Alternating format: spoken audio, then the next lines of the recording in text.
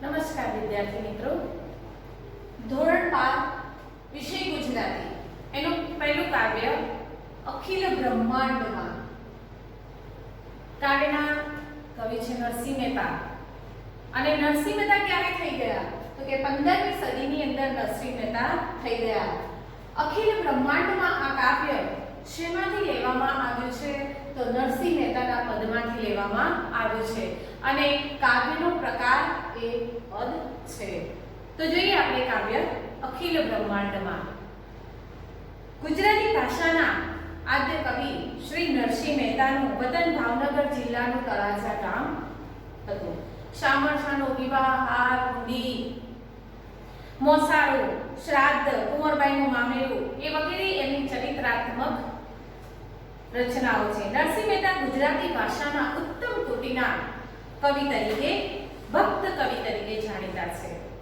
એમણે જ્ઞાન, ભક્તિ, વૈરાગ્યના પદો સર્જીને ગુજરાતી કવિતાને રળિયાત કરે છે.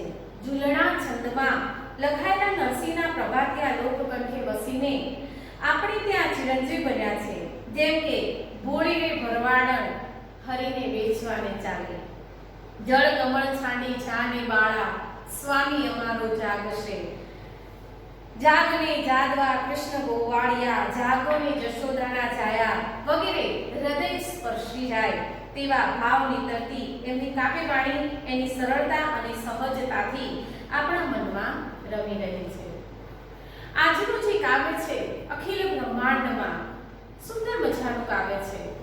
નરસિંહ મહેતાએ ખૂબ જ સરસ વાત આ કાવ્યની અંદર કરી છે.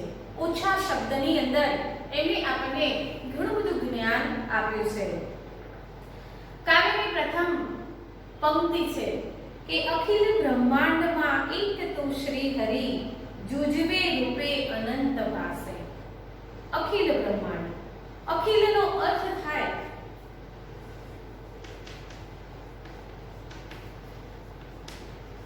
અખિલ એટલે આખું, બ્રહ્માંડ એટલે વિશ્વ.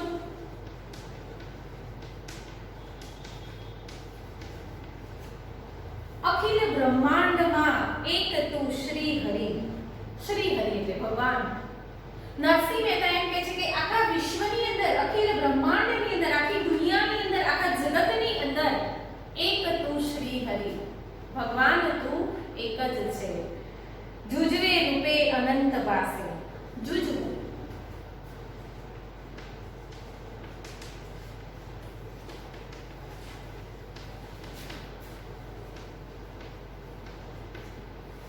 જુજવે એટલે કે જુદા જુદા સ્વરૂપે, જુદા જુદા દેખાવે.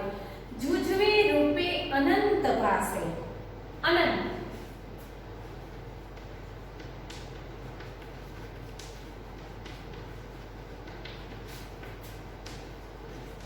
જેનો અંત નથી તે. અનંત કોને કહેવાય તો કે જે વસ્તુનો અંત નથી એને અનંત કહેવામાં આવે છે. તો નરસિંહ મહેતા શું કહે છે પ્રથમ પંક્તિની અંદર કે અખિલ બ્રહ્માંડમાં એક તું શ્રી હરિ, જુજવે રૂપે અનંત વાસે. આખા દુનિયાની અંદર ભગવાન તું એક જ છે, પણ દેખાય છે કેવી રીતે તો કે જુદા જુદા સ્વરૂપે તું દેખાય છે. અને કેવો છે તો કે અનંત છે, કે જેનો કોઈ અંત નથી. દેહમાં દેવ તું, તત્વમાં તેજ તું. દેહનો અર્થ થાય શરીર.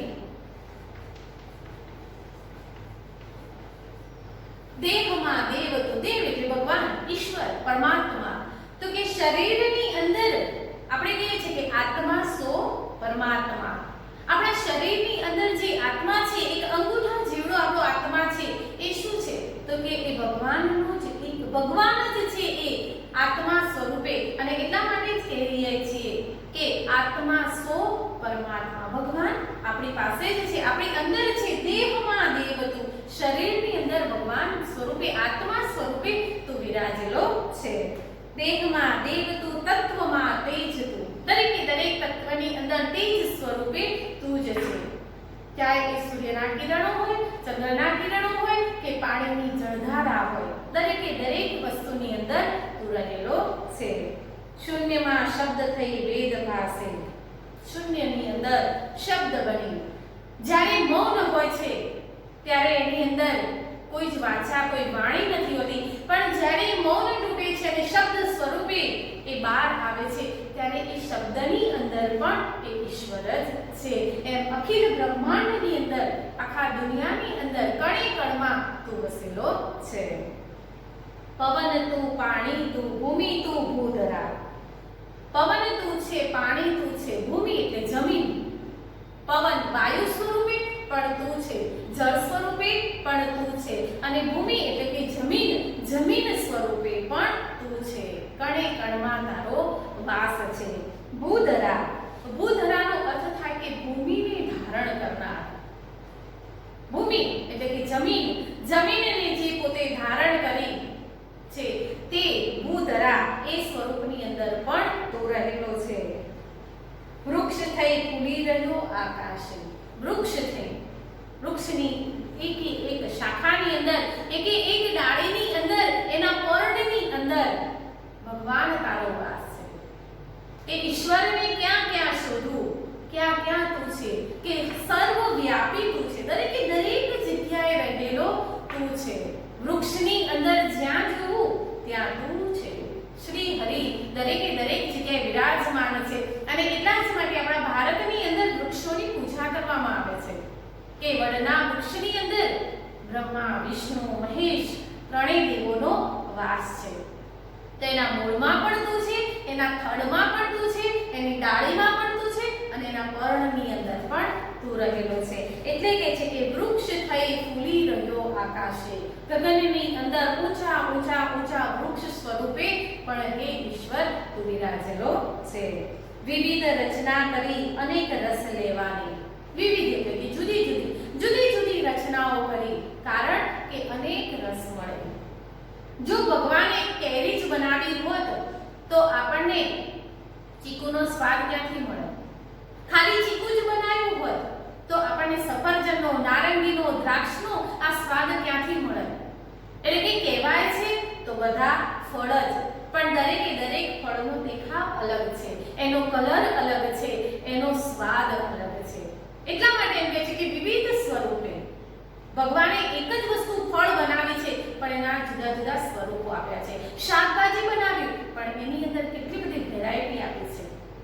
જો એ ન હોત, એક જ વસ્તુ હોત તો ભગવાનને ખબર છે કે આ માણસ ત્રાહિમામ થઈ જશે, બોર થઈ જશે. એટલા માટે એને આપણા માટે કેટલી બધી નાની વસ્તુનું સર્જન કર્યું છે.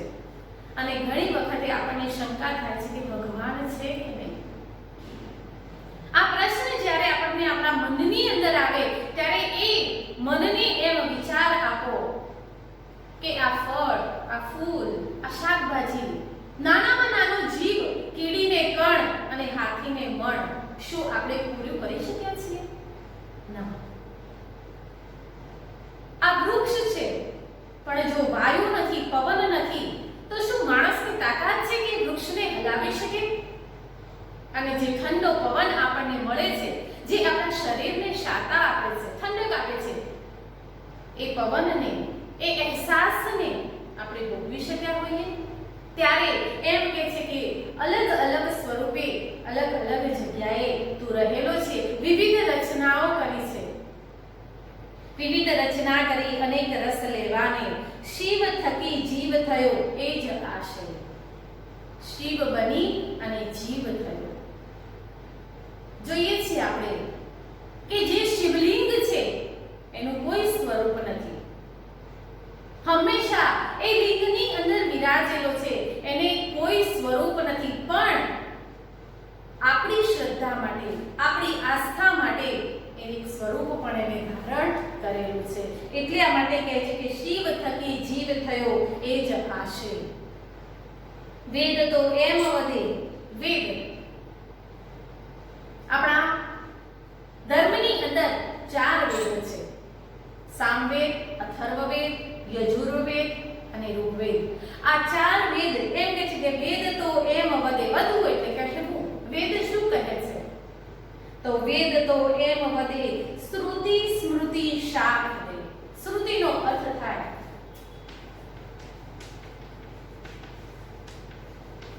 શ્રવણ.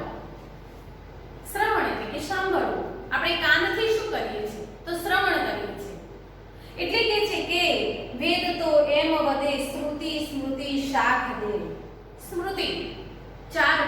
પછીના જે નાના નાના બીજા વેદો છે એને અહીં સ્મૃતિ કહેવામાં આવે છે. આમ સ્મૃતિનો બે અર્થ થાય છે. સ્મૃતિ એટલે યાદ પણ થાય, પણ કાવ્યની અંદર સ્મૃતિ એ શબ્દનો અર્થ આપ્યો છે કે ચાર વેદ જે આપણા મોટા છે, ઋગ્વેદ, યજુર્વેદ, સામવેદ અને અથર્વવેદ, એ પછીના જે નાના નાના વેદ છે એને અહીંયા સ્મૃતિ તરીકે ઓળખવામાં આવ્યા છે. તો કે સાંભળવું એ વેદોને શાખ દે. શાખ એટલે કે સલાહ આપે છે. શાખ એટલે ડાળી શાખા થાય, શાખાનો અર્થ થાય ડાળી, અને શાખ એટલે સલાહ, શિખામણ આપે છે કે આ વેદો આપણને શિખામણ આપે છે. કનક કુંડળ વિશે વેદ ન હોય. કનકનો અર્થ શું થાય? કનક એટલે સોનું.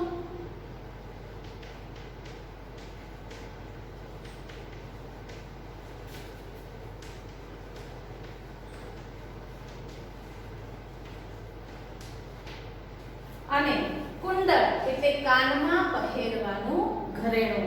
તો કે કનક કુંડળ વિશે ભેદ ન હોય. કનકનો અર્થ થાય સોનું અને કુંડળ એટલે કે કાનમાં પહેરવાનું ઘરેણું. સોનું અને ઘરેણું આ બંને વચ્ચે તફાવત શું છે? તો કે દેખાવનો તફાવત છે, એના આકારનો તફાવત છે. બાકી સોનું એ તો એક જ ધાતુ છે. સોનાની કોઈ બીજી ધાતુ નથી. સોનું એટલે સોનું, એનો કલર કે પીળો એટલે પીળો. પણ જ્યારે એ સોનાની ધાતુમાંથી અલગ અલગ વસ્તુ બનાવવામાં આવે છે, અલગ અલગ ઘરેણાં બનાવવામાં આવે છે, કાનનું કુંડળ હોય, ગળાનો હાર હોય, હાથની બંગડી હોય કે ગમે તે, કેટલા બધા ઘરેણાઓને કેટલા જુદી જુદી ડિઝાઇનની અંદર એને બનાવવામાં આવે છે.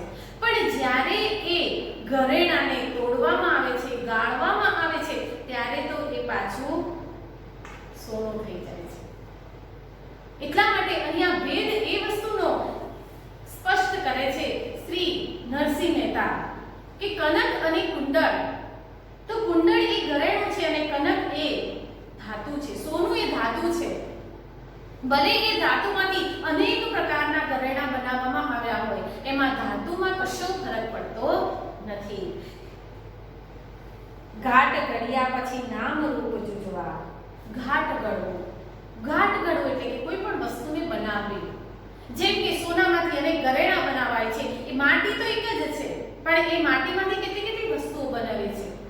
માટીના વાસણો થાય, માટીના કોડિયા થાય, માટીના કુંજા થાય, અનેક વસ્તુ માટીમાંથી બનાવવામાં આવે છે. પણ જ્યારે એ તૂટી જાય છે ત્યારે તો એ વળીને પાછી માટીને માટી બની જાય છે. એટલે કે ઘાટ તો ઘણા બધા ઘડ્યા જુદા જુદા સ્વરૂપે, પણ નામ રૂપ જુજવા, નામ આપવા માટે, જુદા જુદા નામ આપવા માટે.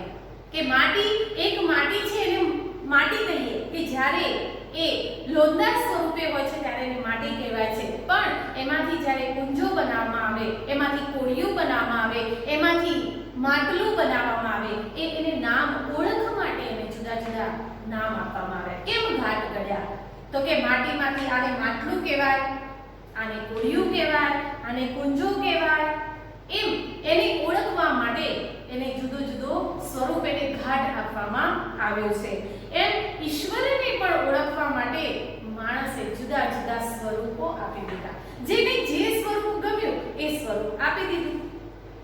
કોઈને મહાદેવજી ગમ્યા તેનું નામ મહાદેવ આપ્યું, કોઈને કૃષ્ણ ગમ્યા તો નામ કૃષ્ણ આપ્યું, કોઈને ગણપતિ ગમ્યા તો ગણપતિ આપ્યું, કોઈને માતાજીના અલગ અલગ સ્વરૂપ ગમ્યા, કોઈને અંબેમાં, કોઈને બહુચરમાં, કોઈને ખોડિયારમાં, કોઈને જે બી માતાનું સ્વરૂપ જેને ગમ્યું એને એ વસ્તુ લઈ લીધી, એ સ્વરૂપને પૂજવા લાગ્યા. એ ઘાટ ભગવાનના ઘડી દીધા. પણ તે તો ઈશ્વર એક જ છે. વાત અહીંયા એ સમજવાની છે. વાત કવિ શ્રી નરસિંહ મહેતા એ કહેવા માંગે છે કે ભલે ઘાટ એના સ્વરૂપો જુદા જુદા ઘડી નાખ્યા, પણ ઈશ્વર તો એક જ છે. ઘાટ ઘડ્યા પછી નામ રૂપ જુજવા, અંતે તો હેમનું હેમ હોય. હેમનો અર્થ પણ સોનું થાય. અંતે છેવટે, છેલ્લે, છેલ્લે તો સોનું એ સોનું જ છે. ભલે ગમે એટલા ઘરેણા બનાવ્યા, ગમે એટલા પ્રકારના બનાવ્યા, હજારો ડિઝાઇનો બનાવી દીધી, પણ છેવટે જ્યારે એને ગાળવામાં આવે છે, એનો અંત આવે છે, ત્યારે તો એ સોનાની ધાતુ જ છે, એમાં કોઈ ફરક પડતો નથી. ગ્રંથે ગરબડ કરી, સરસ મજાની વાત કરી છે, સરસ શબ્દ મૂક્યો છે મહેતાજીએ કે ગ્રંથે ગરબડ કરી. ગરબડ કરવી એટલે ભૂલો કરવી. આપણે ઘણી વખત જીવનમાં ગરબડ કરી જ નાખીએ છીએ ને, ભૂલો કરી દઈએ છીએ. તો નરસિંહ મહેતા એમ કહે છે કે આ જે ગ્રંથો આપણા બન્યા એની અંદર બહુ ગરબડ ગોટાળા કર્યા. જેને જે મનમાં આવ્યું તે લખી દીધું, જેને જે મનમાં વિચાર આવ્યો તે કહી દીધો, જેને જે સત્ય લાગ્યું તે આપણી આગળ મૂકી દીધું, અને એમાંથી જેને જે સાચું સારું લાગ્યું એ એને પોતે પોતાના જીવનની અંદર આચરણમાં મૂકી દીધું. એટલા માટે કહે છે કે ગ્રંથે ગરબડ કરી વાત નવ કરી ખરી. નવ એટલે ન કરવી, વાત સાચી ના કરવી. દરેક વ્યક્તિએ પોતાને જે મનમાં વિચાર આવ્યો તે એણે લખી દીધો, પણ કોઈએ સત્ય વાત એ આગળ લાવી નહીં. કે શા માટે રખડો છો, શા માટે દોડો છો, શા માટે હાફા ફાફા થાવ છો, ઈશ્વરને શોધવા માટે મંદિર મસ્જિદ ગુરુદ્વારા શા માટે ભટકો છો? ઈશ્વર તો તમારી સાથે જ છે. આત્મા સો પરમાત્મા. ઈશ્વર તમારી અંદર છે. તમારો જે સારો વિચાર છે, તમારું સારું આચરણ છે, એ તમારું ઈશ્વર છે. આપણે કોઈને દુઃખ નથી પહોંચાડતા, કોઈના વિશે ખરાબ કર્મ નથી કરતા, આપણે આપણા જીવનની અંદર ખોટું નથી કરતા. એ ઈશ્વર છે. ઈશ્વર તો ફૂલમાં છે, ઈશ્વર તો ફળમાં છે, ઈશ્વર તો તમારા ઘરની અંદર ખૂણે ખૂણામાં છે. એને શોધવા માટે શા માટે દોડવું પડે? એમ નરસિંહ મહેતા કહે છે કે ગ્રંથે ગરબડ કરી, ભૂલ કરી, સાચી વાત જ ન કરી કે ખરેખર ઈશ્વર ક્યાં છે અને ઈશ્વર શું છે. જેને જે ગમે તેને પૂજે. એ જ વાત કરી કે જેને જે ગમ્યું તેને પૂજ્યું. જે સ્વરૂપને ગમ્યું તે સ્વરૂપને માણસ પૂજવા લાગ્યો. મન વચન કર્મથી આપ માની લગે સત્ય છે, એ જ મન એમ સૂજે. મન વચન કર્મથી આપણે આપણા મનથી, વચનથી, કર્મથી આપણને જે ગમ્યું તે આપણે સત્ય માની લીધું, સાચું માની લીધું. મને મારા મન વચન કર્મથી એમ થયું કે મહાદેવનું સ્વરૂપ સત્ય છે એટલે મેં મહાદેવને માન્યા. કોઈને અંબેમાનું સ્વરૂપ લાગ્યું તો એને અંબે માતાને માન્યા. એમ મન વચન અને કર્મથી, ધર્મથી, પોતાના જન્મથી માણસને જે સત્ય લાગ્યું એ એને પોતે માની લીધું. પણ એને સત્યની શોધ કરવાની કોઈ દિવસ જરૂર પડી નહીં. એને સત્યની શોધ ન કરી કે ખરેખર સત્ય શું છે. વૃક્ષમાં બીજ તું, બીજમાં વૃક્ષ તું. સરસ મજાનું ઉદાહરણ આપ્યું છે. આનાથી કોઈ વિશેષ ઉદાહરણ જ ન હોય આ કાવ્યને સમજવા માટે કે વૃક્ષમાં બીજ તું, બીજમાં વૃક્ષ તું. હવે વિચાર કરો કે બીજ પહેલું કે વૃક્ષ પહેલું. ઘણી વખતે આપણે ગમતમાં એકબીજાને પૂછતા હોઈએ છીએ કે મરઘી પહેલું કે ઈંડું પહેલું. ચતુર કરો વિચાર, જવાબ આપો કે પહેલા મરઘી આવી કે પહેલા ઈંડું આવ્યું. એ જ વાત અહીંયા નરસિંહ મહેતા સત્ય કરવા માટે આપણને કહે છે કે વૃક્ષમાં બીજ તું અને બીજમાં વૃક્ષ તું. વૃક્ષમાં પણ તું છે, બીજમાં પણ તું છે. તારાથી વૃક્ષ છે, વૃક્ષથી બીજ છે. બંને એકબીજાની સાથે મળેલા છે. બંને એકબીજાથી નોખા નથી, બંને એકબીજાથી અલગ નથી. બીજ એ જ વૃક્ષનું સ્વરૂપ છે અને વૃક્ષ એ બીજનું સ્વરૂપ છે. કોઈ પણ સ્વરૂપને માનો, અંતે તો આ પરમાત્મા જ છે. એટલે કે છે કે વૃક્ષમાં બીજ તું, બીજમાં વૃક્ષ તું. જો પટંતરો એ જ પાસે.